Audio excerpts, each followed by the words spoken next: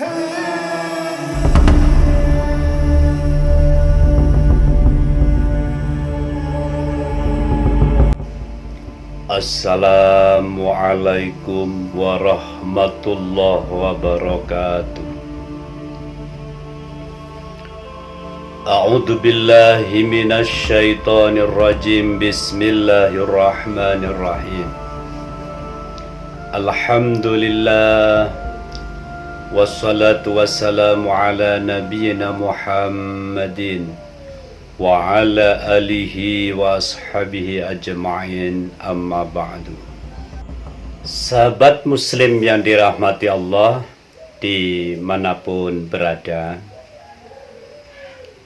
pada video berikut ini Kabupaten Jember kami keluarga besar Bani Ranjang menyatakan sikap satu, mendukung penuh terhadap kajian dan penelitian nasab keturunan Sayyid Ahmad bin Isa Al-Muhajir oleh Kiai Haji Imaduddin Usman Al-Bantani sampai tuntas. Dua, mendukung diadakannya tes DNA terhadap semua orang yang mengaku zuriyah Nabi Muhammad sallallahu alaihi wasallam. Tiga, mendukung PBNU untuk selalu bersama pemerintah dalam kemaslahatan umat.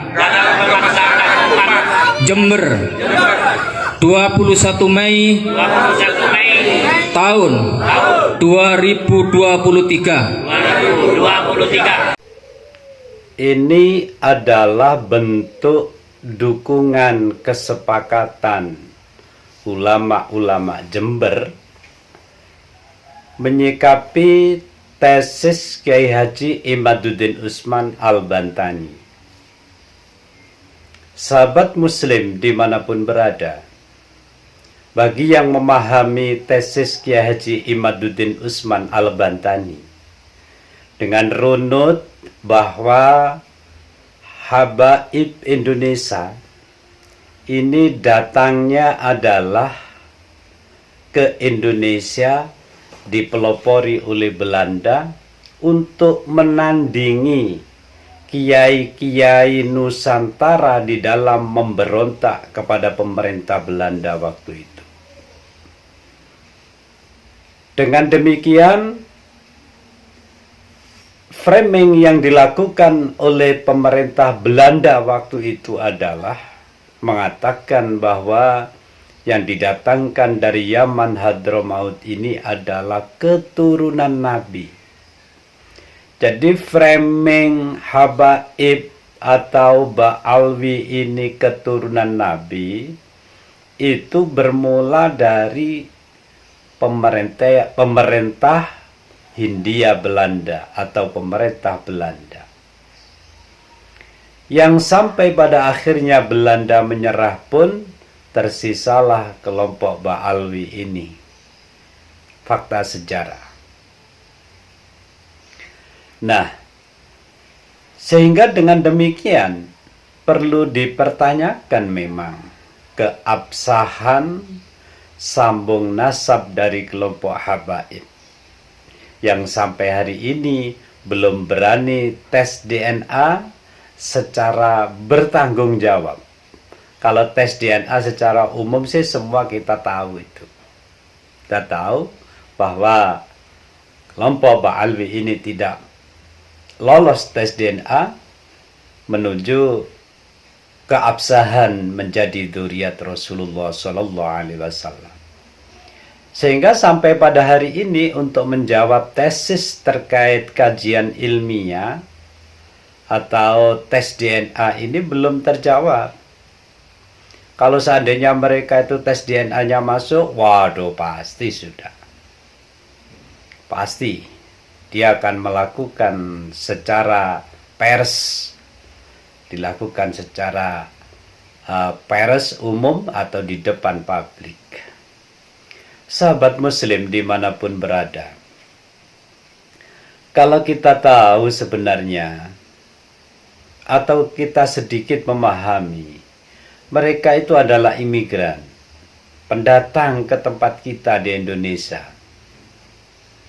Jadi kalau mereka itu pendatang, imigran, apapun bentuknya, itu kita harus tetap mewaspadai para imigran.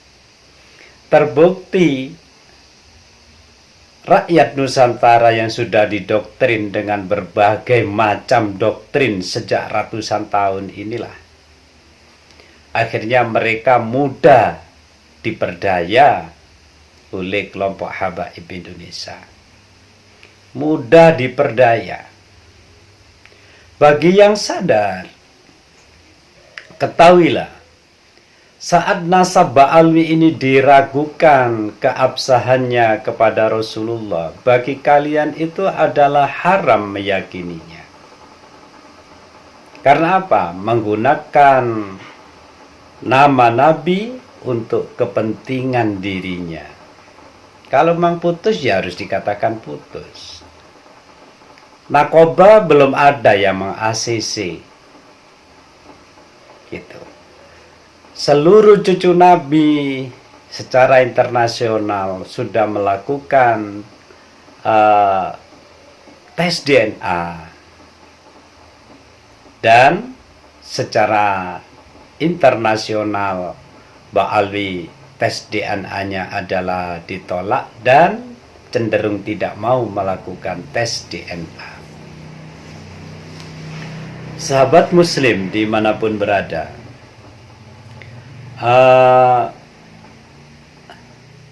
wajib bagi kita kaum Nahdiyin terus menyuarakan.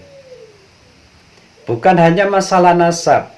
Coba hati kita dibuka bersama-sama para muhibbin. Kasus Habib Lutfi yang memalsukan makam. Cobalah dengan akal sehat kita berpikir, mau dibela cara apa oleh mereka? Mau membela apa? Dengan ketahuannya Habib Lutfi memalsukan makam, memalsukan tawasul torikoh, memalsukan tawasul torikoh, itu mau dibela bagaimana? Bukankah ini suatu kejahatan yang sudah dilakukan? Mereka melakukan kejahatan terhadap situs Nusantara. Nama-namanya dirubah menjadi Ba'alwi. Coba mau membela apa saja? Mau dibela bagaimana kalian kini? Bela saja secara publik. Kalau perlu yang menuduh-menuduh seperti Gus Ubad Aminullah itu laporkan ke polisi kalau tidak benar. Kalau diam berarti memang ini adalah kejahatan yang dilakukan oleh mereka. Jangan dianggap ini remeh oleh muhibbin. Kalau oleh mereka ya sudah, ini memang pekerjaan mereka. Memalsukan makam, memalsukan nasab, memalsukan kuburan. Semuanya ini mereka lakukan di tempat kita Indonesia, yang mana tujuannya tidak lain ingin menguasai bangsa Indonesia ini. Dan mereka melakukan ini sudah ratusan tahun. Maka sahabat muslim dimanapun berada, sudah sepantasnya kita sedikit demi sedikit terus memberikan pengertian terhadap muhibbin yang memang sulit diberikan pengertian.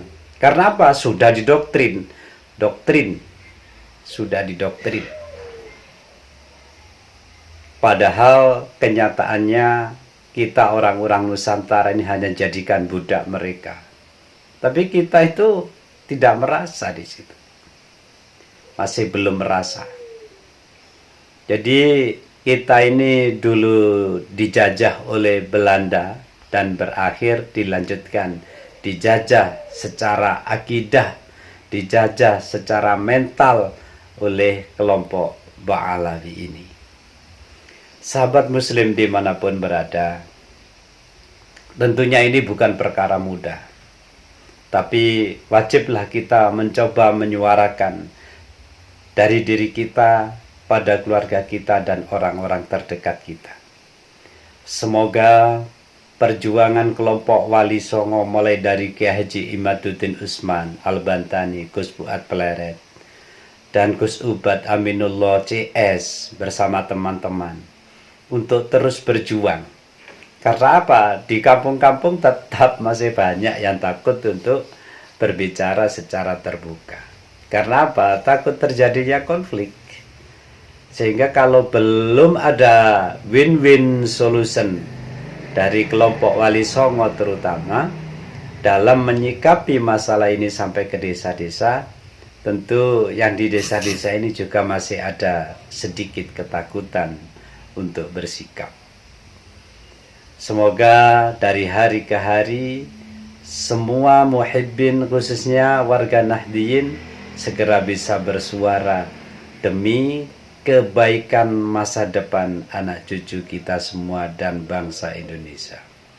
Wallahul muwaffiq ila aqwamit thoriq. Assalamualaikum warahmatullahi wabarakatuh.